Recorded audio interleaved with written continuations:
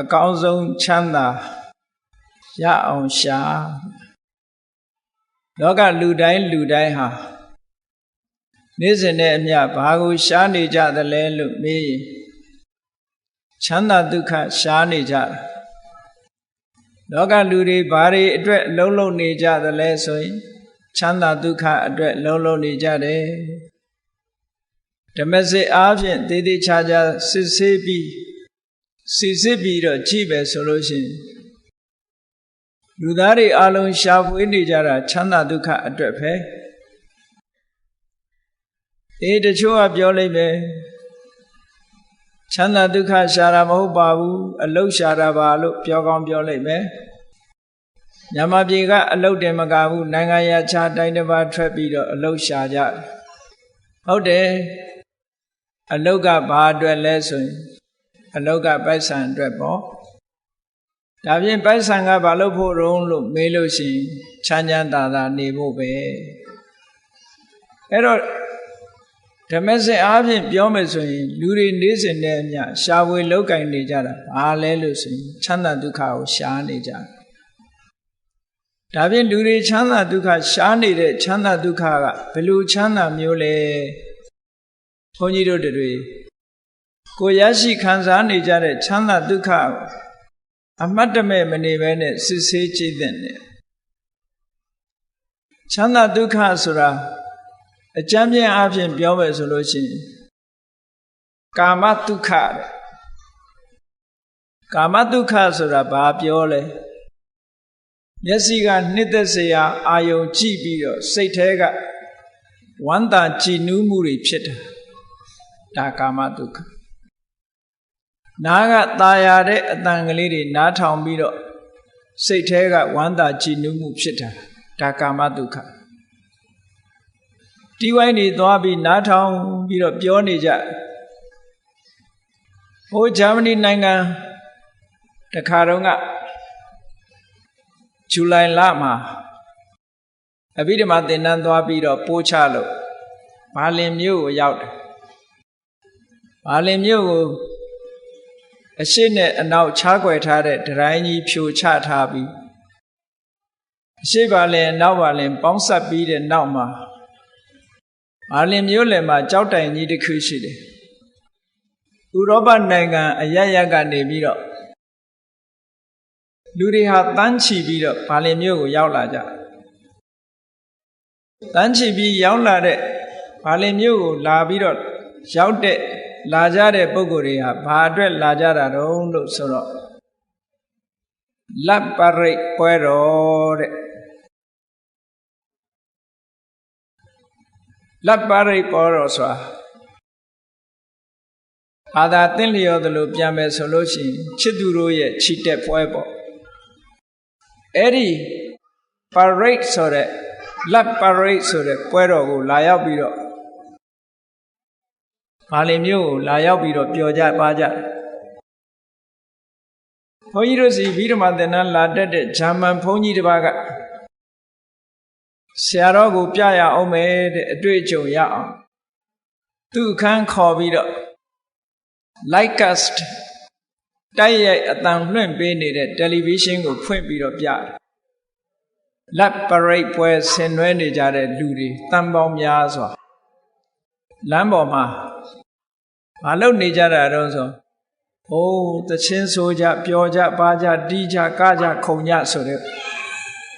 နေတဲ့လူတွေမဟုတ်ဘူးအဲ့ဒီပွဲကိုဆင်နွှဲပြီးတော့နေကြတာအဲ့တော့လောကလူတွေဟာကာမဒုက္ခလို့ခေါ်တဲ့မျက်စိကနှစ်သက်စရာအာယုန်တွေကြည့်ပြီးတော့ပျော်ရွှင်ချမ်းသာမှုရကြတယ်နားကလည်းနားထောင်ပြီးတော့ပျော်ရွှင်ချမ်းသာမှုတွေကိုရကြတယ်ဒီနှစ်ခုကတော့အများဆုံးပဲလို့ပြောရအောင်သို့တော့တခြားချမ်းသာဒုက္ခရှားနေကြတာတွေရှိသေးတယ်ဘာတွေလဲမွေးကြိုင်တဲ့အနတ်နေနဲ့ပျော်ရွှင်ချမ်းသာမှုကိုရှာကြတယ်ဒါကတော့ငြိမ်ငြိမ်သက်သက်ပဲမွေးကြတဲ့ခုနကလိုစူးစူးညံညံကတာခုံတာမရှိဘူးမွေးကြိုင်တဲ့အနတ်နဲ့ပျော်ရွှင်မှုချမ်းသာတာကတော့ချမ်းသာမှုကိုရှာတာကတော့ သူလည်းပဲကြီးမားတဲ့ရှားကြံမှုကြီးပဲဘာဖြစ်လို့တော့ဆိုလို့ရှိရင်ကဘာမှာလိုက်ပြီးတော့ကြည့်လိုက်အမွှေးနတ်သာထုတ်တဲ့ကုမ္ပဏီတွေဟာနဲတာမဟုတ်ဘူးအမွှေးနတ်သာထုတ်တဲ့ကုမ္ပဏီတွေနော်ရေမွေးတို့ပေါင်တာတို့ဆိုတဲ့စသဖြင့်အမွှေးနတ်သာထုတ်တဲ့ကုမ္ပဏီတွေဟာသိချမ်းသာနေကြဘာဖြစ်လို့လဲဆိုလို့ရှိရင်လူတွေကမွေးချိုင်မှုနဲ့ပျော်ရွှင်ချမ်းမြေ့မှုကိုရှာကြတာ哦ဒါကြောင့်မို့လို့အမွှေးနတ်သားတွေထုတ်လုပ်ရောင်းချမှုဟာလည်းပဲအင်မတန်ကြီးမားတဲ့စီးပွားရေးလုပ်ငန်းကြီးဖြစ်လာတယ်လူတွေရဲ့ချမ်းသာဒုက္ခကိုဖန်တီးပေးတဲ့သဘောဒါရင်လားလို့ဆိုမကသေးဘူးအရသာရှိတဲ့အစာအာဟာရလေးတွေကိုစားပြီးတော့ပျော်ရွှင်မှုကိုရှာကြတယ်အိမ်တိုင်းမှာလည်းပဲမိဖို့ကြောင့်လေးတွေရှိတာလူတိုင်းလည်းချက်ကြပြုတ်ကြသို့တော်လည်းအိမ်တိုင်းမိဖို့ကြောင့်ရှိပေမဲ့လူတိုင်းချက်ပြုတ်စားပေမဲ့လို့နိုင်ငံတိုင်း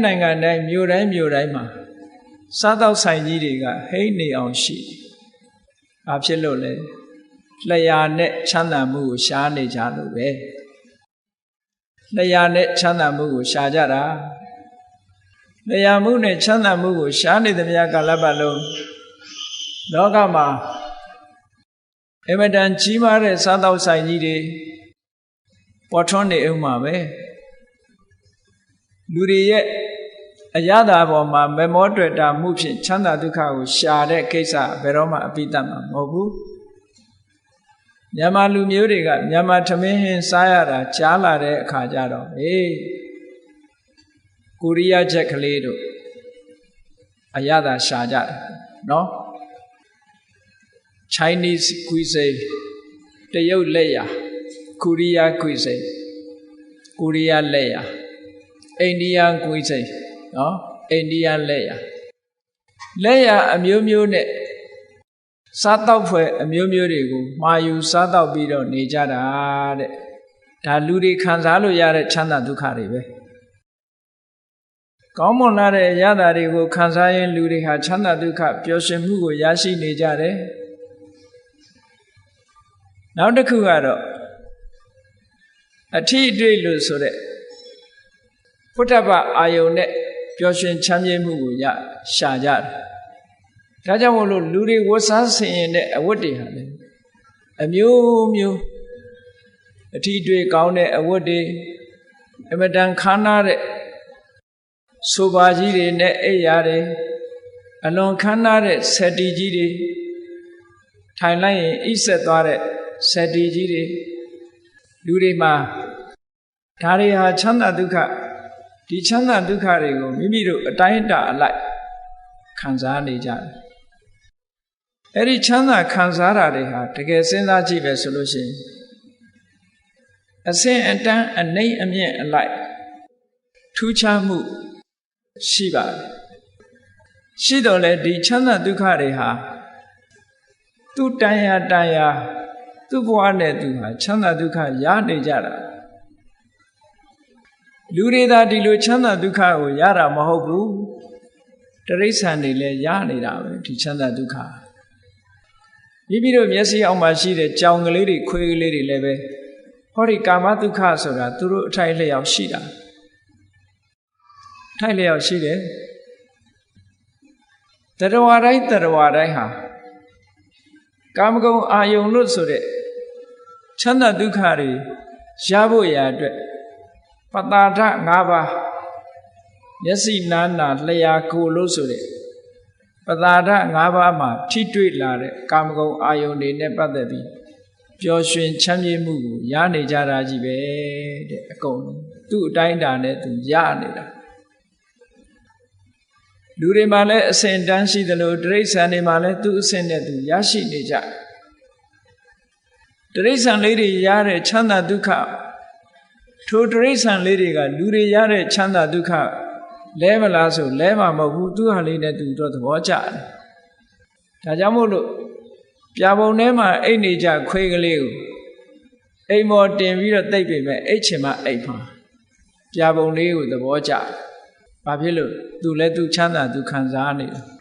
အလုံးဟာ သူကြိုက်တဲ့အစာတရိစ္ဆာန်တွေလည်းတရိစ္ဆာန်တွေကြိုက်တဲ့အစာအာဟာရနဲ့သူဟာသူခြေနှပ်ပြီးတော့နေကြတယ်ဒါကြောင့်မို့ဓမ္မစကြာမှာမြတ်စွာဘုရားကဟောထားတယ်မို့လားကာမဒုက္ခနဲ့ပတ်သက်လာလို့ရှိရင်ကာမေတုကာမဒုက္ခလိကာနုယောကောဟိနောတကယ်တော့ဒီချမ်းသာဒုက္ခလူတွေခံစားလို့ရတဲ့ချမ်းသာဒုက္ခတွေမှာအညံ့ဆုံးပဲဘာဖြစ်လို့ညံ့ဆုံးလဲဆိုရင်တရိစ္ဆာန်တွေရတဲ့ချမ်းသာဒုက္ခနဲ့ဘာမှမထူးတရိစ္ဆာန်တွေကလည်းမျက်စိနဲ့မြင်ပြီးတော့ကျေနပ်တာပဲနားကကြားပြီးတော့လည်းကျေနပ်မှုရတာပဲနှာခေါင်းနဲ့ရှူပြီးတော့ကျေနပ်မှုရတာပဲဘာမှမထူးဘူးလောကီဘုံသားကာမတ္တဝါတွေရရှိတဲ့ချမ်းသာဒုက္ခမျက်စိနားနာလျာကိုယ်လို့ဆိုတဲ့ပတာရ၅ယုတ်နဲ့ပတာရ၅ခုနဲ့ထိတွေ့ခံစားရတဲ့ချမ်းသာဒုက္ခတွေကြီးဆိုလို့ဒီချမ်းသာဒုက္ခတွေဟာအထင်ကြီးစရာတစ်ခုမှမရှိပါဘူးတဲ့အဝတ္တမအညံ့ဆုံးသောချမ်းသာဒုက္ခဘုန်းကြီးတို့တွေဟောဒီကာမဒုက္ခဆိုတာလူဘုံရောက်လာလို့ရှိရင်လူတိုင်းဟာကာမဒုက္ခဆိုတာရရှိနေကြတယ်ကိုယ်အိယာလေးပေါ်မှာကိုယ်အိပ်ဆက်ပြီးတော့နေရတယ်ကာမဒုက္ခပဲကိုယ်ကြိုက်တဲ့ထမင်းဟင်းလေးစားနေရတယ်စိတ်ချမ်းသာတယ်ကာမဒုက္ခပဲကိုယ်ကြိုက်တဲ့သချင်းလေးအတန်လေးနားထောင်နေရတယ်ချမ်းသာတယ်ပျော်ရွှင်တယ်ကာမဒုက္ခပဲကိုယ်ကြိုက်တဲ့အနံ့ကလေးနမ်းရှူနေရတယ်ပျော်ရွှင်တယ်ချမ်းမြေ့တယ်ကာမဒုက္ခပဲမျက်စိကနေကိုမြင်နေတာလေးမြင်နေရလို့ရှိရင်စိတ်ထဲမှာချမ်းသာတယ်ကာမဒုက္ခပဲနားတဲ့ကตายရတဲ့အတန်လေးတွေနားထောင်ပြီးတော့စိတ်ထဲမှာကြည်နူးမှုရတယ်ဒါတွေလည်းကာမဒုက္ခပဲမျက်စိကမြင်သမျှအာယုနားကကြားသမျှအတန်နှာခေါင်းကနမ်းရှူရသမျှနှစ်သက်စရာအနတ်လျှာနဲ့ထိတွေ့ပြီးခံစားရတဲ့အရာသာခန္ဓာကိုယ်နဲ့ထိတွေ့ပြီးရရှိရတဲ့ခံစားရတဲ့အရာသာအဲ့ဒီအရာသာတွေမှန်သမျှဟာဒါကာမဒုက္ခပဲအဲ့ဒါကြောင့်ဖြစ်ပေါ်လာတဲ့ပီတိသောမနတရှင်ထဲမှာကြည်နူးမှုနဲ့ဝမ်းသာမှုဟာဒါကာမဒုက္ခလို့ဒီလိုခေါ်တယ်အဲ့ဒီကာမဒုက္ခကိုသာလျှင်ဘုန်းကြီးတို့တွေသိတယ်ဒီတဲ့အစင်မြင့်တဲ့ဒုက္ခဆိုတာမသိဘူးမသိတော့ဒီချမ်းသာဟာအကောင်းဆုံးချမ်းသာလို့ထင်ဒီတဲ့ချမ်းသာတာဟာတွေ့လည်းမတွေ့ဘူးမြင်လည်းမမြင်ဘူးကြားလည်းမကြားဘူးကိုယ်တိုင်လည်းမခံစားဘူးဆိုတော့ဒီချမ်းသာတဲ့ကောင်းတဲ့ချမ်းသာမရှိဘူးလို့ယူဆကြမှာပဲလောကမှာရှိတဲ့လူတွေဟာဟောဒီကာမဒုက္ခထဲမှာပဲနစ်မြုပ်ပြီးတော့နေကြတယ်အဲ့ဒီကာမဒုက္ခမြတ်စွာဘုရားကထောက်ပြတယ်ဟိနောအောက်တန်းကြတယ်အဆင့်ဆင့်ကြည့်လိုက်မယ်ဆိုရင်ဆိုပါစို့တရိစ္ဆာန်နေချမ်းသာဒုက္ခတဲ့လူချမ်းသာကတာလွန်တယ်လူချမ်းသာတဲ့နတ်ချမ်းသာကတာလွန်တယ်အဲ့ဒါလို့ချမ်းသာဒုက္ခတစ်ခုနဲ့တစ်ခုတာလွန်နေတော့လည်းပဲနော်တရိစ္ဆာန်ကလည်းသူချမ်းသာလေးနဲ့သူကျေနပ်နေတာပဲလူတွေကလည်းသူချမ်းသာလေးနဲ့သူကျေနပ်နေတာပဲနတ်တွေကလည်းသူချမ်းသာလေးနဲ့သူကျေနပ်နေကြတယ်ဉာဏ်နဲ့ချမ်းသာဒုက္ခအထင်မကြီးကြဘူးဟိနောဂမ္မောပောထုစနိကောဂမ္မောဆိုတာလူသူအတိုင်းဝိုင်းနဲ့နေတဲ့မြို့တွေရွာတွေမှာအများစုနဲ့အိမ်တော်ရသားနဲ့နေကြတဲ့ပုဂ္ဂိုလ်တွေရဲ့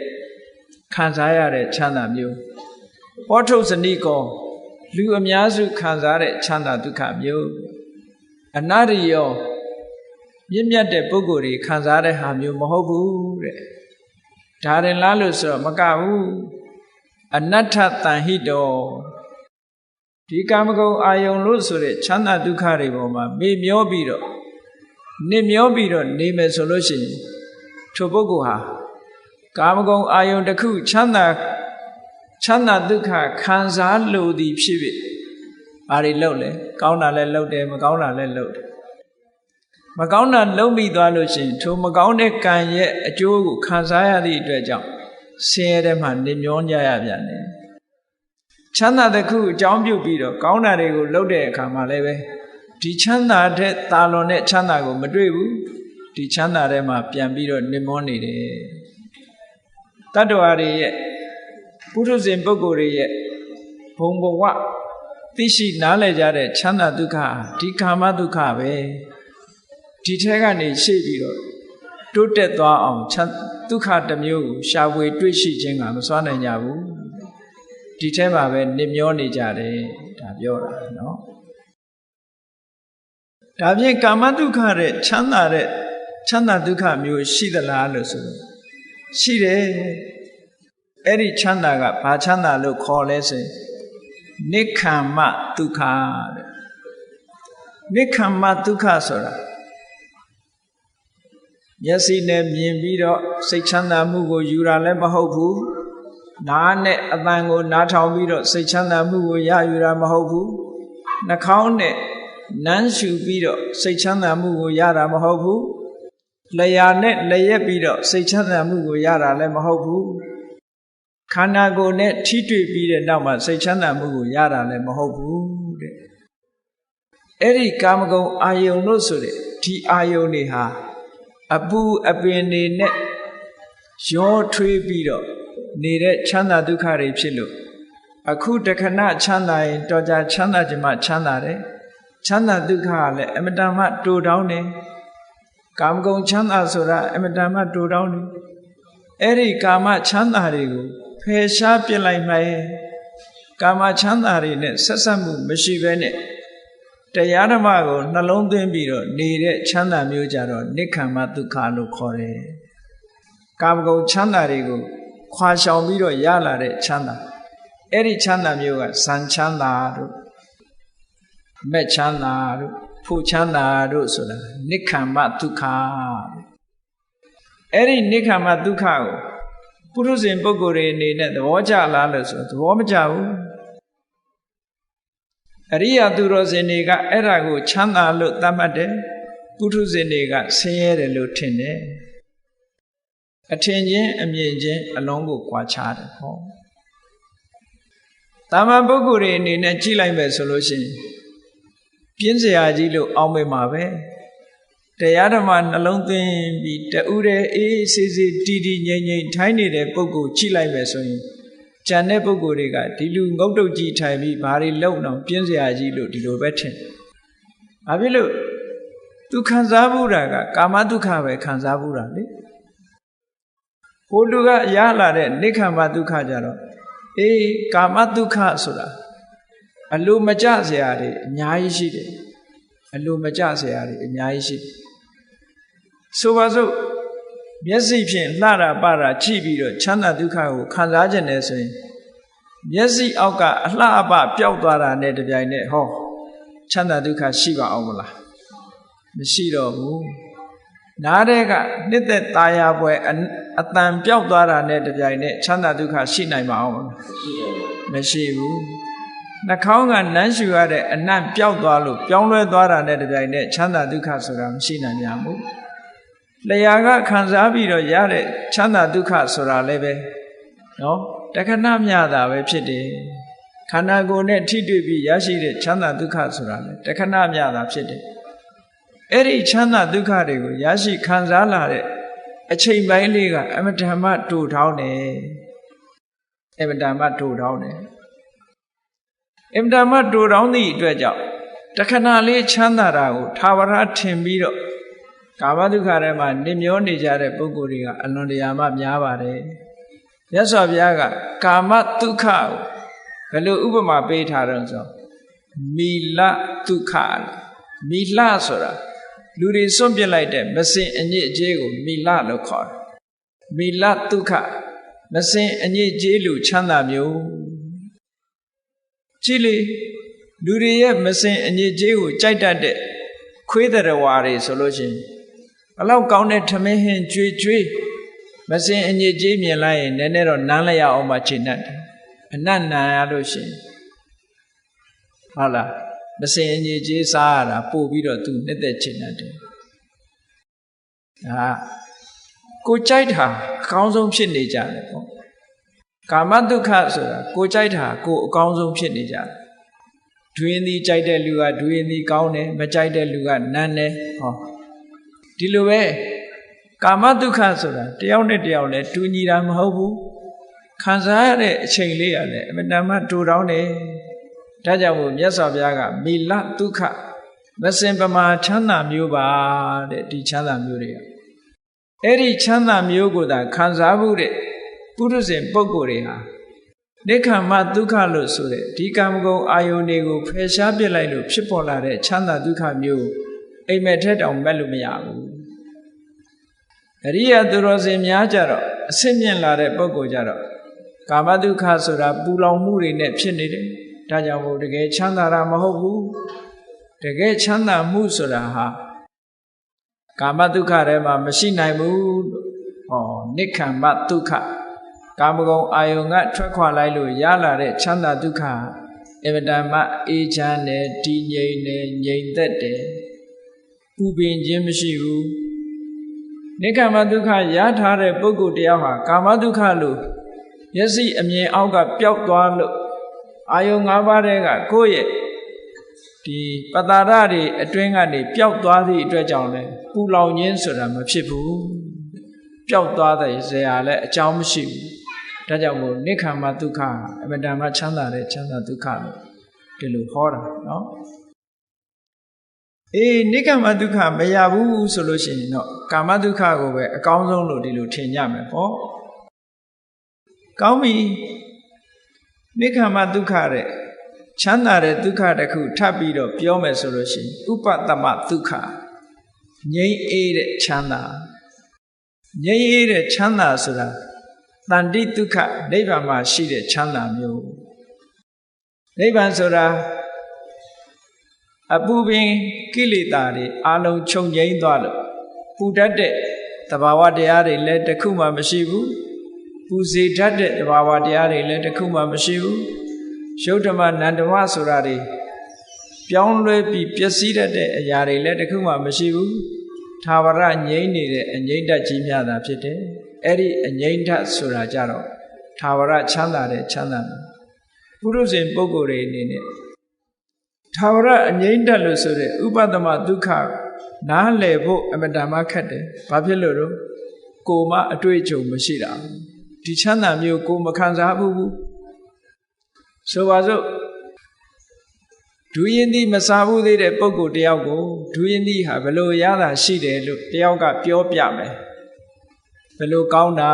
ဒူရင်သည်ရတာဘယ်လိုကောင်းတယ်စသဖြင့်ပြောပြလို့ရှိရင်ဟိုတစ်ဖက်သားကကောင်းတယ်ဆိုတာတော့ तू မှတ်မိတယ်သို့တော်လည်းဘယ်လိုကောင်းမှန်းကို तू ကခံစားကြည့်ဖူးခြင်းမရှိသည့်အတွက်ကြောင့်ဘယ်လိုကောင်းတယ်ဆိုတာသူ့ထဲမှာ तू တွေးမိမှာမဟုတ်ဘူးဒီလိုပဲနိဗ္ဗာန်ချမ်းသာကိုကိုယ်တိုင်မခံစားရသေးတဲ့ပုဂ္ဂိုလ်တွေနိဗ္ဗာန်ချမ်းသာတယ်ဆိုတာဘယ်လိုခံစားကြည့်မှသိမှာမဟုတ်ဘူးကောင်းပြီဒီလိုကာမဒုက္ခနိက္ခမဒုက္ခဥပဒမဒုက္ခလို့ဆိုတဲ့ချမ်းသာတွေဟာအကျဉ်းအားဖြင့်ပြောမယ်ဆိုလို့ရှိရင်ဒီသုံးမျိုးဟာအဆင့်ဆင့်တက်လာကာမဒုက္ခကိုဖယ်ရှားလိုက်တဲ့အခါမှာနိက္ခမဒုက္ခရတယ်နိက္ခမဒုက္ခရပြီးတဲ့အခါမှာဥပဒမဒုက္ခဆိုတာမျိုးကိုရနိုင်တယ်ဥပဒမဒုက္ခလို့ဆိုတဲ့အငြိမ့်တဲ့ချမ်းသာကတော့သာဝရချမ်းသာတဲ့ချမ်းသာမျိုးဖြစ်ပါတယ်လောကမှာဘုန်းကြီးတို့တွေပုရုဇဉ်တွေရနေတဲ့ကာမဒုက္ခသည်အလွန်တရာမှအဆင့်မရှိတဲ့ချမ်းသာဒုက္ခမျိုးသာဖြစ်တယ်တဲ့ဆိုတာကိုမြတ်စွာဘုရားကထိတဲ့အဆင့်မြင့်တဲ့ချမ်းသာဒုက္ခတစ်ခုဘယ်လိုရအောင်လုပ်ရမလဲဆိုတာကိုဘဟုဝေဒနိယသုတ်တံမှာမြတ်စွာဘုရားဟောထားတာရှိတယ်ဘုန်းကြီးတို့တွေဒီတဲ့တာလွန်တဲ့ချမ်းသာဒုက္ခတွေရှိသေးတယ်ဆိုတာကိုသိအောင်ကြိုးစားရသိအောင်ကြိုးစားပြီးတော့လက်တွေ့ခံစားနိုင်အောင်ကြိုးစားဖို့လိုအပ်တယ်ကြိုးစားတဲ့နည်းလမ်းတွေကအကုန်ရှိတယ်ထိုနည်းလမ်းအတိုင်းမိမိတို့ကြိုးစားအားထုတ်မှသာလျှင်အဲ့ဒီချမ်းသာဒုက္ခမျိုးကိုကိုယ်တိုင်တွေ့ရှိမှဖြစ်တယ်ဒီလိုမှမဟုတ်ဘူးဆိုလို့ရှိရင်ဒီချမ်းသာဒုက္ခမျိုးဟာအပြောပဲကိုယ်တိုင်လည်းပဲတွေ့ရှိဖို့ဆိုတာမဖြစ်နိုင်ဘူးတဲ့ဒါကြောင့်မို့နိက္ခမဒုက္ခလို့ဆိုတဲ့ချမ်းသာတွေတဲကချမ်းသာတစ်ခုရဖို့ရအတွက်ဘာလုပ်ရမလဲနိက္ခမဒုက္ခဆိုတာပြောရင်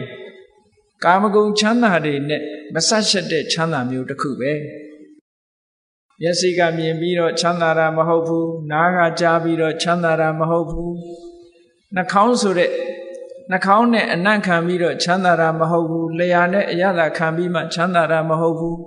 ခန္ဓာကိုယ်နဲ့ထိတွေ့ပြီးမှချမ်းသာတာမဟုတ်ဘူးစိတ်ကလေးတည်ငြိမ်အောင်လေ့ကျင့်ပြီးတော့တမာတိစွမ်းအားနဲ့စိတ်နဲ့အာယုန်နဲ့လေ့ကျင့်ပြီးတော့ရယူတဲ့ချမ်းသာဒုက္ခဟာဒီတဲ့အစပေါင်းမြောက်များစွာကောင်းမွန်တဲ့ချမ်းသာဒုက္ခတစ်ခုဖြစ်တယ်။ကဲအဲ့ဒီချမ်းသာဒုက္ခကိုရချင်ဘယ်လိုလေ့ကျင့်မလဲ။လောကလူတွေဟာနေ့စဉ်နဲ့မျှအလုပ်တွေလုပ်နေကြတာဟာကာမဒုက္ခခံစားဖို့ကြီးပဲလုပ်နေကြတာကြီးပဲ။ဒီချမ်းသာကနေထွက်သွားတဲ့ပုဂ္ဂိုလ်တယောက်မှမရှိဘူး။ပစ္စည်းဥစ္စာချမ်းသာတဲ့ပုဂ္ဂိုလ်ကလည်းကောင်းတဲ့ကောင်းတာဝယ်ပြီးတော့သုံးမယ်ကောင်းတဲ့ကောင်းတဲ့အစားအစာဝယ်စားမယ်ကောင်းတဲ့ကောင်းတဲ့နော်အတန်တွေရတဲ့ဟုတ်လား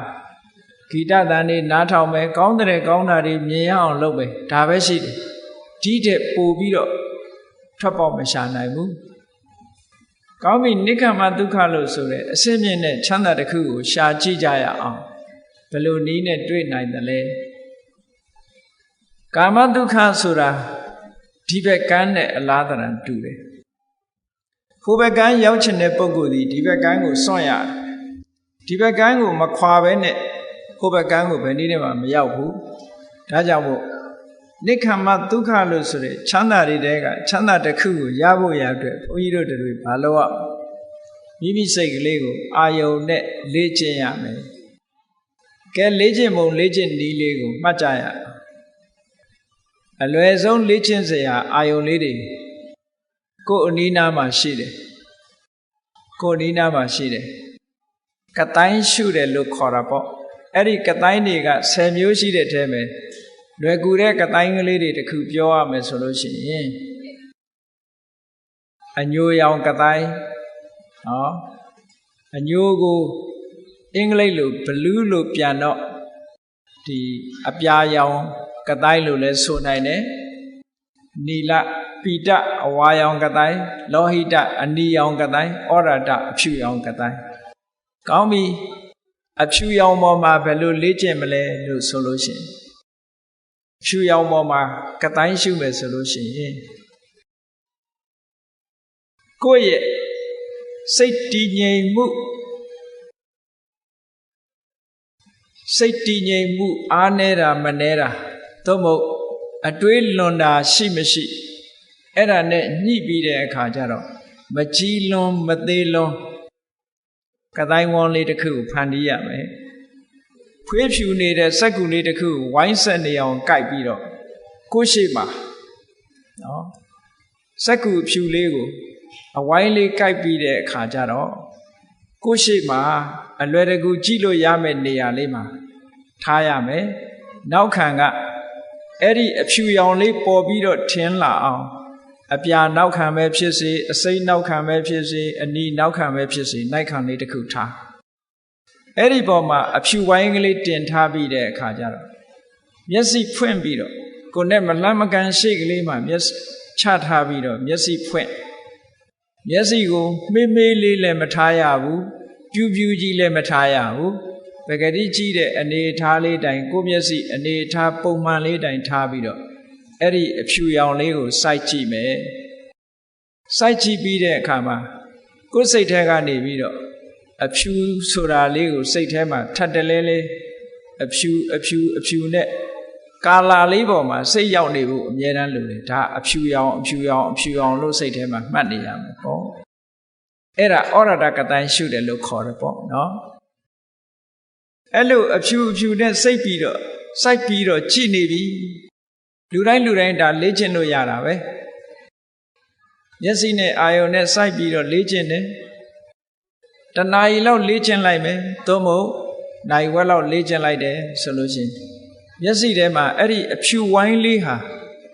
မျက်စိထဲမှာဆွဲသွားပြီဆိုလို့ရှိရင်မျက်လုံးလေးကိုမှိတ်ကြည့်လိုက်မျက်လုံးလေးကိုမှိတ်ထားလိုက်လဲဟောဒီမျက်စိထဲမှာလိုပဲစိတ်ထဲမှာအဖြူရောင်လေးကပေါ်နေတယ် စိတ်ထဲမှာပေါ်လာတဲ့အဖြူရောင်လေးကိုဥက္ကဋ္ဌနမိတ်လို့ခေါ်တယ်စိတ်ထဲကမှတ်ထားလိုက်ပြီအဲ့ဒီအဖြူရောင်လေးကိုဥက္ကဋ္ဌနမိတ်ဆိုတာစိတ်ကမှတ်ယူထားလိုက်တာခုနတုန်းကမျက်စိဖွင့်ကြည့်ပြီးတော့လေ့ကျင့်နေတာကပရိကမ္မနမိတ်လို့ခေါ်တယ်စတင်ပြီးတော့အလုတ်လုတ်နေတာစတင်ပြီးတော့အလုတ်လုတ်နေတဲ့အာယုန်နမိတ်ကလေးကိုစိတ်နဲ့မှတ်နေတာမှတ်မိသွားပြီဆိုရင်ဥက္ကဋ္ဌနမိတ်လို့ခေါ်တယ်အဲ့ဒီဥက္ကဋ္ဌနမိတ်ပေါ်မှာဆက်လက်ပြီးတော့တည်တည်ငြိမ်ငြိမ်နဲ့ဆက်ပြီးတော့ကြိုးစားသွားမယ်ဆိုလို့ရှိရင်အဲ့ဒီအဖြူရောင်လေးဟာတာမန်အနေထားတယ်မကတော့ပဲနဲ့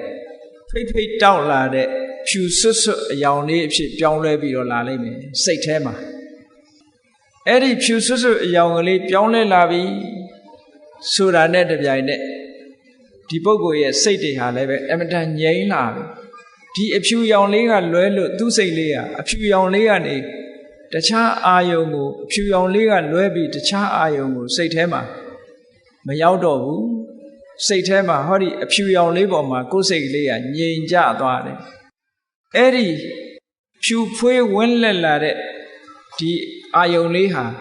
ပฏิဘာကနမိတ်လို့ခေါ်တယ်အဲ့ဒီပฏิဘာကနမိတ်လေးပေါ်မှာဆက်လက်ပြီးတော့လေ့ကျင့်လိုက်ပြီဆိုလို့ရှိရင်ကျန်တာတွေအလုံးကိုမေ့သွားပြီးတော့သူ့စိတ်လေးဟာအဖြူရောင်လေးကနေခွာမရတော့ဘူးစိတ်ကလေးကအဖြူရောင်လေးပေါ်မှာငြိမ်ကြသွားတယ်တဏှာကြီးလုံးလုံးနေမယ်နှစ်နာရီထိုင်ရင်နှစ်နာရီလုံးလုံးစိတ်ကလေးငြိမ်နေမယ်ကဲအဲ့ဒီချမ်းသာလေးတင်တာမန်ကြည့်အောင်အခုလိုစိတ်ကလေးဟာအဖြူရောင်လေးကနေပြီးတော့အဖြူအာယုံလေးနဲ့တင်မယ်စိတ်ကလေးဟာ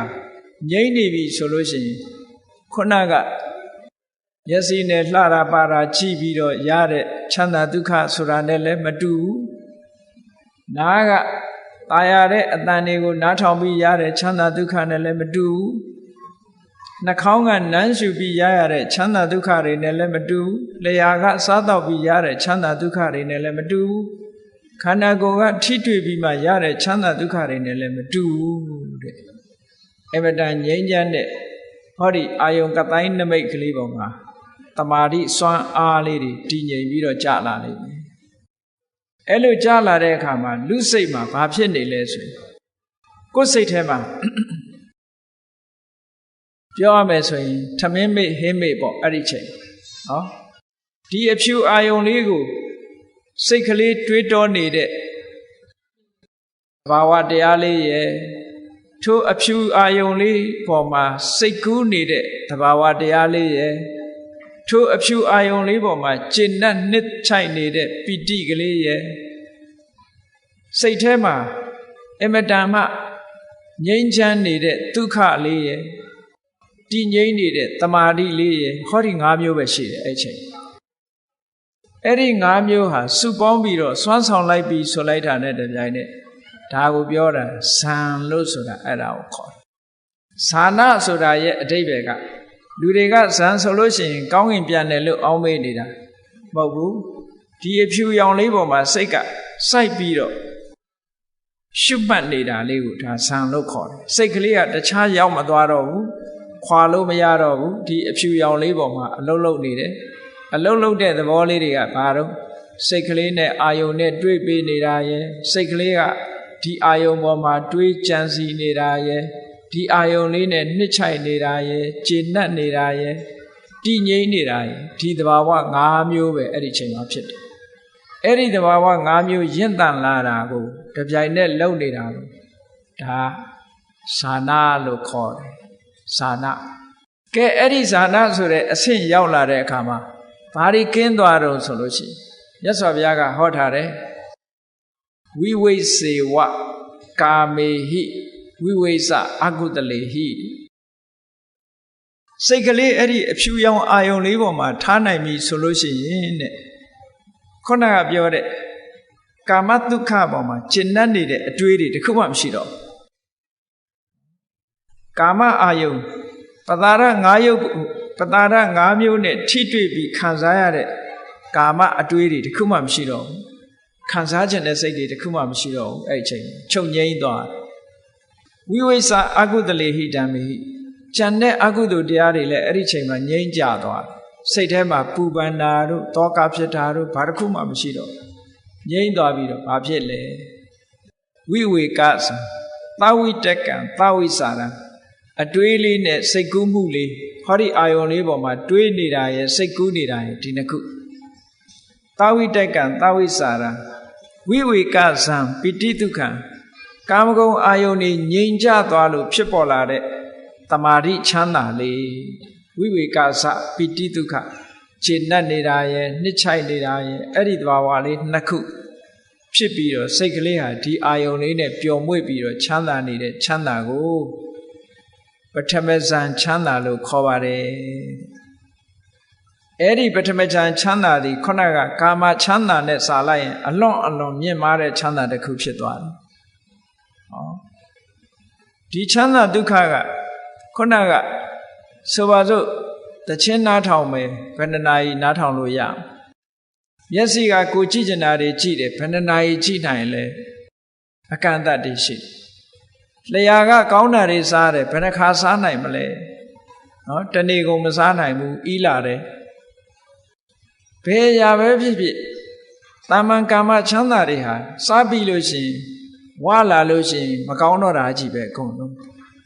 နေ့စဉ်နဲ့အမျှဝက်သားကြိုက်တဲ့လူဝက်သားကြီးချက်ကျွေးကြည့်နောက်ဝက်တောင်ကြည့်ကြမှာမဟုတ်တော့နော်အဲ့ဒီကြတော့ကြည့်လေအနောက်နိုင်ငံရောက်နေတဲ့ဗမာလူမျိုးတွေဘာတန်းတာရမြအောင်မေးနေတယ်ချင်မောင်ဟင်းဟုတ်လားသူတို့စီမှာမရှိတော့ချင်မောင်ရွက်ကလေးပါလေးများရှိရင်ပေးသားမှာဆိုတာတော့ကာမဂုဏ်အာယုံချမ်းသာဆိုတာအဲ့ဒါမျိုးတွေပဲကြာလို့ရှိရင်ဤလာတာဟောခုနကပြောရတဲ့ဇန်ချမ်းသာကတော့ဘယ်တော့မှဤသွားတာမရှိဘူးတဲ့တင့်တယ်အာရမှုဆိုတာမရှိဘူးချမ်းသာဒုက္ခရနိုင်တယ်တခါတော့က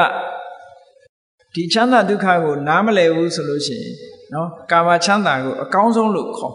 ကာမဒုက္ခကိုအကောင်းဆုံးလို့ထင်ကြတယ်တခါတော့ကနိခန္ဓာတွေဒီကနေ့ခေတ်အိန္ဒိယနိုင်ငံမှာချိန်လို့ခေါ်တယ်ချိန်ဘုန်းကြီးတွေဒီကနေ့ခေတ်မှာလည်းရှိတာသူတို့က naked အဲ့ဒီချိန်ဘုန်းကြီးတွေနဲ့မြတ်စွာဘုရားနဲ့တွေ့ဆုံပြီးတော့စကားပြောကြအဲ့ဒါလို့စကားပြောတဲ့အခါမှာချိန်ဘုန်းကြီးတွေကသူတို့ကပင်ပင်ပန်းပန်းနဲ့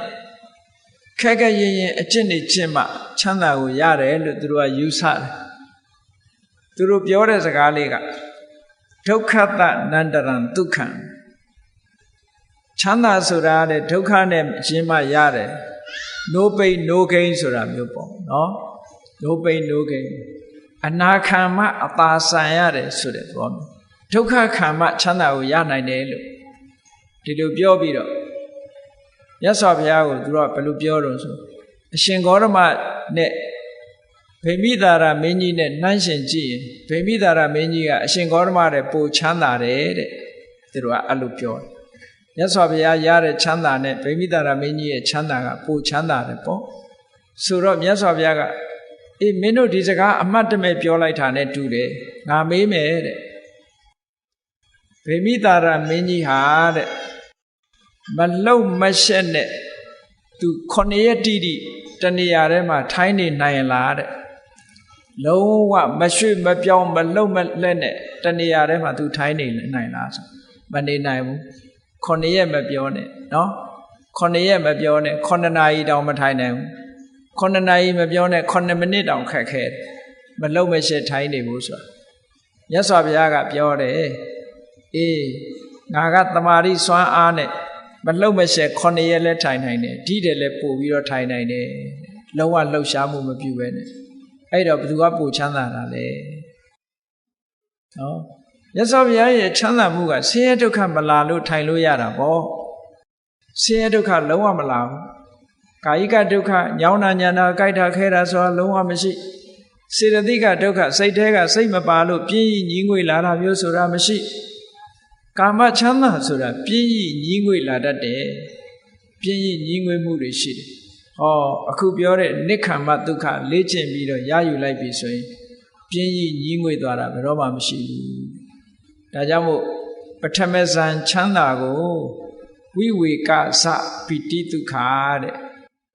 ကာမဂုဏ်အာယုန်နေစိတ်ငြိမ်သွားသည့်အတွက်ကြောင့် ကာမဂုဏ်အာယုန်တွေကိုစွန့်လွတ်လိုက်လို့ရရှိလာတဲ့ချမ်းသာဒုက္ခမျိုးပါဒီလိုပြောတာနော်အဲ့ဒီချမ်းသာဒုက္ခကကာမဒုက္ခတဲ့အစပေါင်းများစွာမြတ်တယ်ဒါဖြင့်ဘုန်းကြီးတို့တွေကထင်ကောင်းထင်လိုက်ပဲဒီပထမဇန်ချမ်းသာဆိုတာအကောင်းဆုံးပဲလို့ဒီလိုထင်ကောင်းထင်လိုက်မဟုတ်သေးဘူးတဲ့သူ့တဲ့ကောင်းတာရှိသေးတယ်အကောင်းတွေကိုရွေးချယ်ရအကောင်းဆုံးချမ်းသာကိုရွေးမယ်ဆိုပထမဇန်ချမ်းသာမှာမကောင်းတာတွေကဘာရှိတုံးဆိုခုနဒီအာယုံလေးပေါ်မှာတွေးနေတာစိတ်ကူးနေတာကမကောင်းဘူးလှုပ်ရှားမှုကြီးတစ်ခုပဲစိတ်ရဲ့လှုပ်ရှားမှုလေးတစ်ခုပဲဒီအာယုံလေးပေါ်မှာတွေးတောနေတာကြံစည်နေတာအဖြူလို့တွေးနေတာအဖြူလို့စိတ်ထဲမှာကူးနေတာဒါလေးကလှုပ်ရှားမှုကြီးပဲအဲ့ဒီလှုပ်ရှားမှုကြီးဟာဒုက္ခတစ်မျိုးပဲအဲ့ဒါလို့သူ့ရဲ့ချမ်းသာဒုက္ခစွမ်းအားကိုမြင့်ကျင်တဲ့အခါကျတော့ဘာလုပ်လဲတမာတိစွမ်းအားကိုခုနအာယုံပေါ်မှာပဲတမာတိစွမ်းအားတွေကိုထပ်ပြီးတော့တိုးမြင့်လိုက်တဲ့အခါကျတော့တွေးတောမှုတွေဆင်ញင်မှုတွေစိတ်ကူးမှုတွေအကုန်လုံးရပ်ဆိုင်သွားပြီးတော့ဘာနဲ့နေတော့ဆိုရင်နှစ်ချိုက်ကြည်နူးနေတဲ့ပီတိဝမ်းသာနေတဲ့ဒုက္ခတည်ငြိမ်နေတဲ့တမာတိအဲ့ဒီသုံးမျိုးနဲ့နေတယ်တမာတိစပီတိဒုက္ခစိတ်ကလေးကပို့ပြီးတော့ငြိမ်ကြသွားအဲ့ဒီစိတ်ကလေးနားမှာဘာရှိတော့ဆိုရင်နှစ်ချိုက်နေတဲ့ပီတိနဲ့ဝမ်းသာနေတဲ့ဒုက္ခဒါလေးပဲရှိတမာတိကြောင့်ရတဲ့ဒုတိယအဆင့်ချမ်းသာကခုနလိုတွေးတောကြံစည်နေရတာမပါသည့်အတွက်ကြောင့်ပို့ပြီးတော့ငြိမ်သွားတယ်အဲ့ဒီချမ်းသာဒုက္ခကမှပိုချမ်းသာတာဒါဒုတိယဇန်ချမ်းသာလို့ခေါ်တယ်ဒါဖြင့်ဒီဒုတိယဇန်ချမ်းသာဟာအကောင်းဆုံးလားလို့ဆိုဘယ်ဟုတ်မလဲသူ့တဲ့ကောင်းတာရှိသေးတယ်သူ့တဲ့ကောင်းတာရှိရင်ဘာလို့ဆိုဒီအာယုံလေးပေါ်မှာနှစ်ချိုက်နေတယ်ဆိုတာစိတ်ထဲမှာဖိုလိုက်ဖြစ်စဉ်းစားကြည့်လေပီတိဖြစ်ဘူးတဲ့လူတွေရှိလေပီတိဖြစ်တယ်ဆိုတာစိတ်ငြိမ်သက်မှုမှမဟုတ်ပဲစိတ်ရဲ့လှုပ်ရှားမှုကလေးတစ်ခုဖြစ်နေတယ်ဒါကြောင့်မို့ဒီပီတိကို तू မလိုချင်ဘူးပီတိရဲ့အပြစ်တွေမြင်လာတယ်ဒုက္ခလို့ဆိုတဲ့ဒီပီတိရဲ့အပြစ်တွေကိုမြင်လာတဲ့အခါကျတော့ तू ကဘာနဲ့ယက်တီကိုကြိုးစားလာတယ်တမာတိစွမ်းအားတွေမြင့်လိုက်တဲ့အခါကျတော့ပီတိဆိုတာမလာတော့ပဲနဲ့ဝမ်းသာခြေနှက်နေတာလေးရဲ့တည်ငြိမ်နေတာလေးရဲ့နှစ်ခုတည်းနဲ့နေအဲ့ဒီချမ်းသာကိုတော့တတ္တိယဇံချမ်းသာလို့ခေါ်တယ်ပီတိဆိုတဲ့လှုပ်ရှားမှုတစ်ခုဖယ်ရှားပလိုက်တယ်ဖယ်ရှားပြလိုက်သည့်အတွက်ကြောင့်လှုပ်ရှားမှုကင်းပြီးတော့ငြိမ်သက်အေးချမ်းတဲ့ချမ်းသာဒုက္ခသူရသွားတယ်အဆင့်ပိုမြင့်သွားဒါဖြင့်သူကတွေးမိလိမ့်မယ်ဒီတတ္တိယဇံချမ်းသာဟာအကောင်းဆုံးလားမဟုတ်သေးဘူးတဲ့ဒီတဲ့ချမ်းသာတာရှိသေးတယ်ဒီတဲ့ချမ်းသာတာကခုနကအဖြူအာယုံလေးပေါ်မှာအဖြူကတိုင်းလေးပေါ်မှာပဲဆက်ပြီးတော့လေ့ကျင့်တော့ဒုက္ခဆိုတဲ့ဝမ်းသာကြည်နူးနေမှုသည်စိတ်ရဲ့လှုပ်ရှားမှုတစ်ခုဖြစ်တယ်ဒုက္ခဆိုတာစိတ်ရဲ့အနာရောဂါတစ်မျိုးဖြစ်တယ်ဒါကြောင့်မလိုချင်ဘူးဒုက္ခလည်းမလိုချင်ဘူးဒုက္ခလည်းမလိုချင်ဘူးဝမ်းသာတာလည်းမလိုချင်ဘူးဝမ်းနည်းတာလည်းမလိုချင်ဘူးအားလုံးကိုဖယ်ရှားပစ်လိုက်တဲ့အခါကျတော့ခံစားမှုမထင်ရှားတဲ့တည်ငြိမ်မှုလေးရဲ့အာယုန်တစ်ခုတည်းပေါ်မှာဆွဲပြီးတော့နေတဲ့တမာတိလေးရဲ့အဲ့ဒီနှစ်ခုတည်းနဲ့ခံစားမှုမထင်ရှားဘူးဆိုတာဥပိ္ပခာတည်ငြိမ်နေမှုကတမာတိဥပိ္ပခာနဲ့တမာတိဒီနှစ်ခုတည်းတင်ဆိုတော့ခံစားမှုတွေကမလာဘူးသည့်အတွက်ကြောင့်အဲ့ဒီအချိန်မှာသူ့ရဲ့ချမ်းသာဒုက္ခဟာအငြိမ်ဆုံးချမ်းသာဒုက္ခဖြစ်သွားတယ်ဘာမှလှုပ်ရှားမှုမရှိတော့အဲ့ဒီအချိန်မှာဆိုလို့ရှိရင်လူရဲ့အသက်ရှူမှုတောင်ရပ်တန့်သွားတယ်ရပ်သွားပြီမဲ့လို့အသက်မရှူလို့သေမှာမဟုတ်ဘူးပို့ပြီးတော့ငြိမ်ချမ်းသွားတယ်သူကနော်ဆရာဝန်တွေကတော့ပြောလိုက်ပဲအသက်မရှူဘဲနဲ့လူတယောက်ဟာမနေနိုင်ဘူးလို့ပြောကောင်းပြောလိုက်မယ်နော်သို့တော့အဲ့ဒီစရုပ်ထဆံဝင်စားလိုက်လို့ချမ်းသာဒုက္ခရသွားတဲ့ပုဂ္ဂိုလ်ဟာအသက်မရှူတော့အသက်မရှူဘဲနဲ့ငြိမ်းချမ်းနေတဲ့ငြိမ်းချမ်းမှုမျိုးကိုသူကခံစားရတယ်အဲ့ဒီချမ်းသာဒုက္ခကပို့ပြီးတော့မြတ်ပါတယ်တဲ့ဒီအဆင့်တွေဟာကြော်လွှားလိုက်တာနော်ပထမကတွေးတောမှုစိတ်ကူးမှုဆိုတာနှစ်ခုအနှောက်အယှက်သဘောထားပြီးတော့ဖယ်လိုက်တဲ့အခါ ကျေနပ်မှုဝမ်းသာမှုနှစ်ချိုက်မှုနဲ့ဝမ်းသာမှုတခါနှစ်ချိုက်မှုကိုမကြိုက်တဲ့သဘောနဲ့ဖယ်ရှားပြစ်လိုက်တဲ့အခါချမ်းသာဝမ်းသာမှုနဲ့တည်ငြိမ်မှုတခါဝမ်းသာမှုကိုမကျေနပ်လို့ဖယ်ရှားပြစ်လိုက်တဲ့အခါကျတော့ဝမ်းသာမှုမထင်ရှားတဲ့ခံစားမှုကလေးနဲ့တည်ငြိမ်မှုနှစ်ခုတည်းတင်ကြတော့စိတ်ဟာအငြိမ်ဆုံးအဆင့်ကိုရောက်သွားပြီအဲ့ဒီအဆင့်ရောက်သွားတဲ့တမာတိစွမ်းအားနဲ့ဒီလိုတမာတိစွမ်းအားရထားတဲ့ပုဂ္ဂိုလ်တယောက်ဟာကောင်းကင်ပြန်ခြင်းလဲပြန်လို့ရသွားပြီနော်မြေရှိုးခြင်းလဲရှိုးလို့ရသွားပြီအဘိညာဉ်တွေဖန်ဆင်းလို့ရသွားပြီအဲ့ဒီအဆင့်ကြတော့ဒါဖြင့်ကောင်းပြီကောင်းကင်ပြန်တယ်ဆိုတာဘယ်လိုလုပ်ပြန်ရလဲသူကလည်းစီကံစနစ်နဲ့လုပ်ရ systematically ပေါ့တကယ်ကိုစနစ်တကျလုပ်မှပြန်လို့ရတယ်အဲ့နှုတ်ဖို့ဆိုပြန်လို့မရဘူးနော်မြေရှိုးခြင်းလဲရှိုးခြင်းတိုင်းရှိုးလို့မရဘူးဆိုပါစို့မြေရှိုးခြင်းတယ်ဆိုလို့ရှိရင်ဒီတိုင်းကောက်ရှိုးပဲရမှာတော့မြေကြီးကအမာကြီးပဲဘယ်လိုလုပ်ရှိုးမရဘယ်လိုလုပ်ရတော့လို့ဆိုလို့ရှိရင်သူက supernormal power supernatural မဟုတ်ဘူး supernormal power တဘာဝကိုဆန့်ကျင်ပြီးတော့လုပ်လို့မရဘူး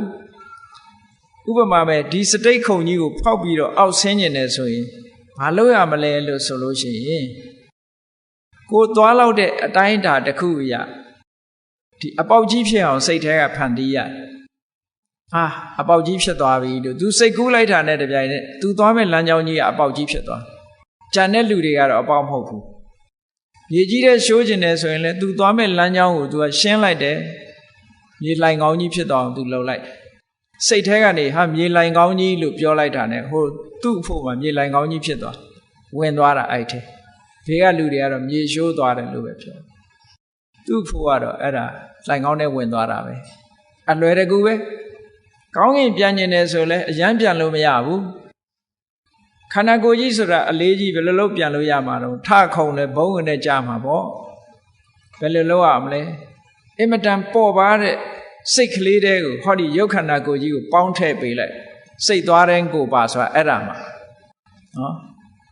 စိတ်ကဟိုနာရောက်သွားတယ်လူကပါရောက်သွားပြီဒီမှာပျောက်ဟိုရောက်အဲ့ဒါမှစိတ်သွားတိုင်းကိုပါဖြစ်တယ်စိတ်แท้ကိုရုပ်ခန္ဓာကိုထည့်ပေးလိုက်တယ်ထည့်ပေးလိုက်ရင်ဒီနာပျောက်ဟိုနာရောက်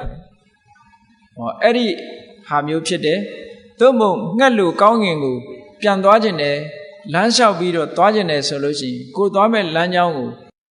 ဖန်တီးရတယ်သူစိတ်ထဲမှာတော့ဒါလမ်းကြောင်းကြီးပဲအဲ့ဒီလမ်းကြောင်းကြီးပေါ်ကိုလမ်းလျှောက်သွားတယ်ဆိုတဲ့အတိတ်ပဲဒါဖြင့်ရေပြင်ပေါ်ဖြတ်ပြီးတော့မြေကြီးကိုဖြတ်ပြီးဟိုဘက်ကိုလမ်းလျှောက်သွားခြင်းတယ်ဆိုလို့ရှိရင်ဒီတိုင်းသွားလျှောက်လို့မရဘူးရေနစ်သွားမယ်ဘာလုပ်ရမလဲကိုလျှောက်မဲ့နေရာကိုလျှောက်လမ်းဖန်တီးရမယ်ဟောရေပြင်ပေါ်မှာသူကလမ်းလို့ပြောလိုက်လို့ရှိရင်သူ့အဖို့မှာလမ်းကြီးဖြစ်သွားသူစိတ်ကူးလိုက်တာနဲ့ဖြစ်သွားတယ်အဲ့ဒီလမ်းပေါ်မှာသူလျှောက်သွားဂျန်တဲ့လူလျှောက်သွားမြုပ်မှာပဲဒီလို तू က systematically လုပ်ရတာအေးမြေကြီးထဲမှာတောင်ကောင်းထဲမှာဘာတွေရှိသလဲလို့ကြည့်ချင်လို့ရှင်လေဒီတိုင်းကြီးသွားကြည့်မမြင်ရဘူးတကူဆိုတာပဲပဲလို့ဒီတိုင်းကြီးလုပ်ရတာမဟုတ်ဘူး systematically ပဲကဲဘုန်းကြီးတို့တရားချက်ခင်သူတော်စင်ပြိဿတ်တို့ညမှောင်နေတယ်လျှက်စစ်မီးတွေလည်းမရှိဘူးအမှောင်ကြီးတဲ့ကိုကြည့်ချင်လို့ရှိရင်ဘာလုပ်ရဓာမီးကလေးနဲ့ထိုးကြည့်ရတယ်မဟုတ်လားဓာမီးလေးနဲ့ထိုးရင်မမြင်ရဘူးလားအဲ့ဒီမြင်ရတယ်ဆိုတာအကုန်မြင်ရတာလားဓာမီးရှိအလင်းရောင်နဲ့ရှိတာဒါမြင်ရတာလားအလင်းရှိတာမြင်ရတာအဲ့ဒါလိုပဲဒိဗ္ဗစကုဘိညာဉ်နဲ့ကြည့်ချင်ပြီဆိုလို့ရှိရင်ပထမအလင်းဖြန့်ရတယ်အာလောကကတိုင်းတို့ပွားပြီးတော့အလင်းဖြန့်လိုက်ရတယ်ဖြန့်ပြီးတဲ့အခါမှာကြည့်ဒီတိုင်းကြည့်ရင်မမြင်ရဘူးဒီတိုင်းကြည့်ရင်မမြင်ရကိုကြည့်ချင်တဲ့နေရာကိုပထမမီးထိုးလိုက်တယ်လို့ပဲအလင်းရောင်ကိုဖြန့်ပေးရတယ်ဖြန့်ပြီးပြီဆိုမှကြည့်အဲ့ဒါတကူဆိုတာဒီတိုင်းလှုပ်ချင်တယ်လှုပ်တာမဟုတ်ဘူးတဘာဝအတိုင်းလှုပ်ရတာနော်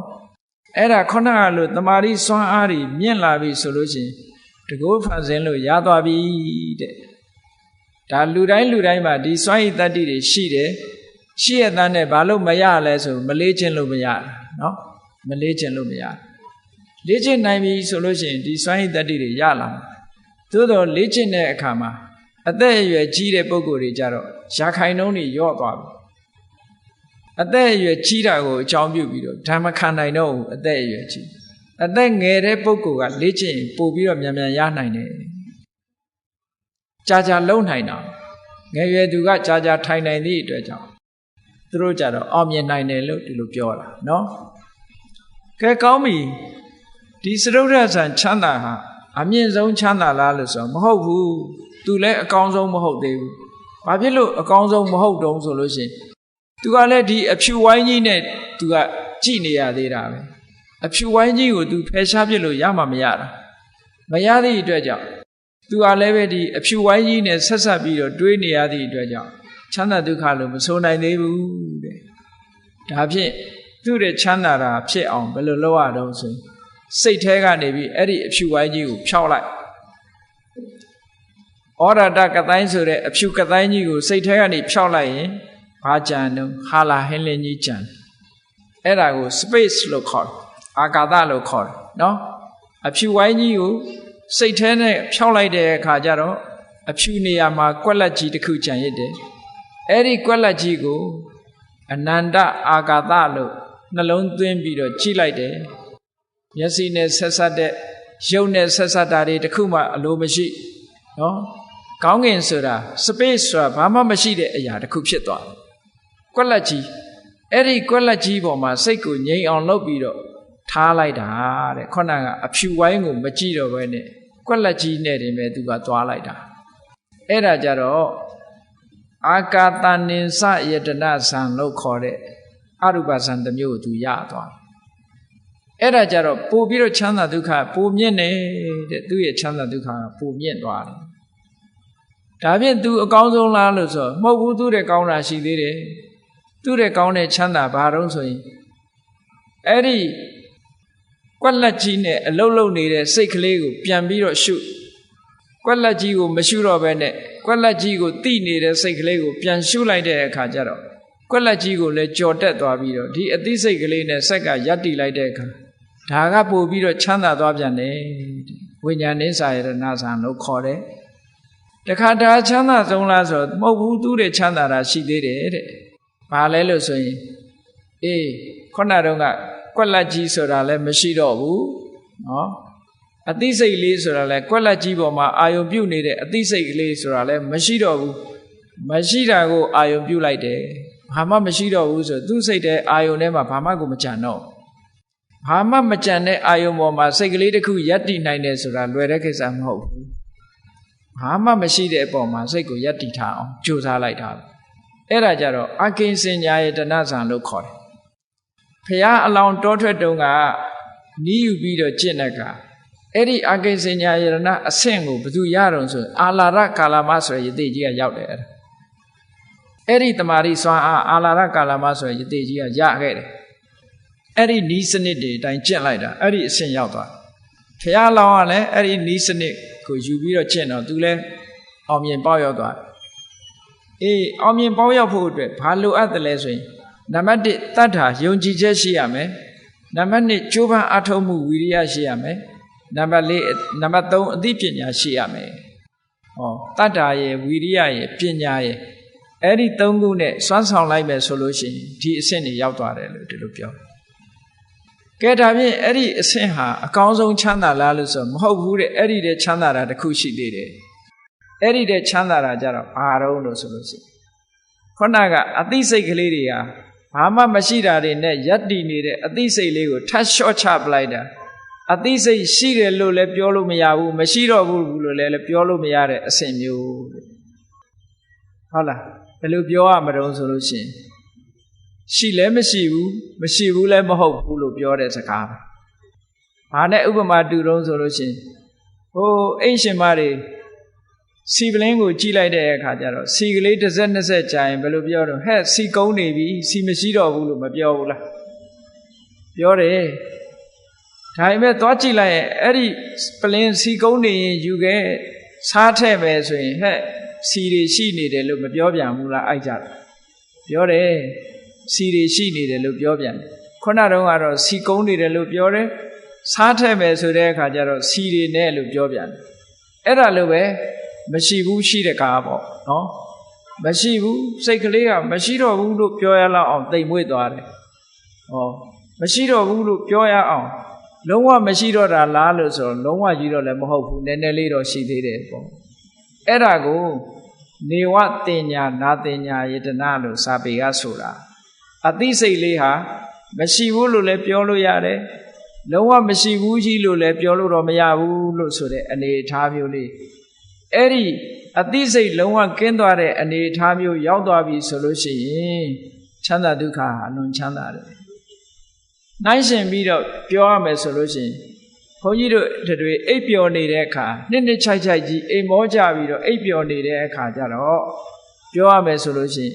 ဟိုဒီအတန်ပလန်နေလည်းမကြားရဘူးမျက်စိကလည်းဘာမှမမြင်ရဘူးအသိစိတ်မရှိသလိုမဖြစ်ပေဘူးလားအိမ်မက်တွေလည်းမမက်ဘူးဆိုပါစို့ဟုတ်ကလားမမက်ဖဲနဲ့နေတဲ့အခါနှစ်ချိုက်ကြီးအိပ်ပျော်ပြီးတော့သွားလို့နိုးလာတဲ့အခါဘာပြောတော့အိပ်ရတာကောင်းလိုက်တာလို့မပြောဘူးလားပြောတယ်ဘာသိလို့ကောင်းတာလဲအိပ်တယ်ဘာမှမသိဘူးအဲ့ဒါလိုပဲခုနနေဝတိညာနာတိညာရဏဆံရောက်သွားတဲ့အခါအသိစိတ်မရှိသလောက်တိမ်မွေ့သွားတာကိုကောင်းလိုက်တာလို့ပဲပြောရတဲ့ချမ်းသာဒုက္ခပဲဒါဖြင့်ဒီတဲ့ချမ်းသာဒုက္ခရှိသေးလားလို့ဆိုရှိသေးတယ်အသိစိတ်တွေလုံးဝချုပ်ငြိမ်းသွားတယ်ခံစားမှုတွေလုံးဝချုပ်ငြိမ်းသွားတဲ့និရောဓသမပတ္တိဆိုတဲ့အဆင့်မျိုးကိုရောက်သွားလို့ရှိရင်တော့ဒါလုံးဝချမ်းသာသွားပြီလို့ပြောတယ်ဟောချမ်းသာဒုက္ခဆိုတာအဲ့ဒါလို့အဆင့်ဆင့်သွားတယ်ဘုန်းကြီးတို့တွေရရှိနေတဲ့ချမ်းသာဒုက္ခဒီကာမဒုက္ခလို့ဆိုတဲ့အနှိမ့်ဆုံးချမ်းသာကိုသာအဟုတ်ကြီးထင်နေကြရတာဒီတဲ့အဆင့်မြင့်တဲ့ချမ်းသာတွေကအများကြီးပဲနော်အဆင့်မြင့်တဲ့ချမ်းသာတွေက9ခုတောင်ရှိတယ်ဘုန်းကြီးတို့တွေတက်မိတာလှေကားတစ်ထစ်ပဲရှိသေးတယ်နောက်ထပ်တက်အောင်မှတွေ9ထစ်အဲ့ဒီ9ထစ်ချမ်းသာဒုက္ခတွေကိုဘယ်သူမှမရကြဘူးဖုထုစင်နေတာဒီလိုဖြစ်တာပေါ့အကောင်းဆုံးချမ်းသာကိုရအောင်ရှာပါဆိုတာအခုနံပါတ်9ထိအောင်ဒါအကောင်းဆုံးချမ်းသာလို့ခေါ်တယ်ဒါဖြင့်ဒါကအသက်ရှင်နေတဲ့နံပါတ်9အကောင်းဆုံးချမ်းသာနောက်ဆုံးမှာနိဗ္ဗာန်ချမ်းသာဆိုတဲ့ချမ်းသာမျိုးကြတော့ဒါတွေတဲ့အစပေါင်းများစွာသာသွားပြန်တယ်အဲ့ဒီနေရာမှာမေးစရာရှိရှင်သာရိပုတ္တရာမထေရမြတ်ကပြောတယ်နိဗ္ဗာန်ဆိုတာသိချမ်းသာတယ်နိဗ္ဗာန်ဆိုတာသိချမ်းသာတာပဲနဲ့ပြောတော့ဥဒ္ဒယီဆိုတဲ့ယဟန်တစ်ပါးကနေပြီးပြောတယ်အရှင်ဘုရားတဲ့နိဗ္ဗာန်မှာခံစားမှုမရှိဘူးမဟုတ်လားတဲ့ခံစားမှုမရှိဘူးဆိုရင်ဘယ်လိုလုပ်ချမ်းသာတယ်လို့ပြောမှာတော့တဲ့ကြည့်လေအိပ်ပျော်နေတဲ့အချိန်မှာခံစားမှုမရှိဘူးမဟုတ်လားသို့တော့ချမ်းသာတယ်လို့ပြောကြတယ်လေအဲ့လိုပြောတော့ရှင်သာရိပုတ္တရာမထေရကဘာပြောတော့ဆိုအေးအဲ့ဒီချမ်းသာမှုခံစားမှုမရှိတာကိုကချမ်းသာတာလို့ပြောလိုက်တယ်အဲ့ဒါကြတော့ပုရုဇဉ်နေနားလည်ဖို့ခက်ခဲသွားတယ်ခံစားမှုမရှိတဲ့ချမ်းသာဒုက္ခသည်တကယ်ငြိမ်းအေးတဲ့ထာဝရအငြိမ့်တချမ်းသာဒုက္ခဖြစ်ပါတယ်ဘုရားမြတ်စွာက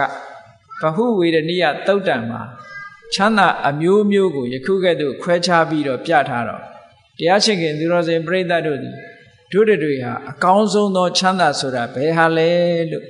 ရှာကြံပြီးတော့ထိုအကောင်းဆုံးချမ်းသာရအောင်ကြိုးစားကြမယ်ဆိုရင်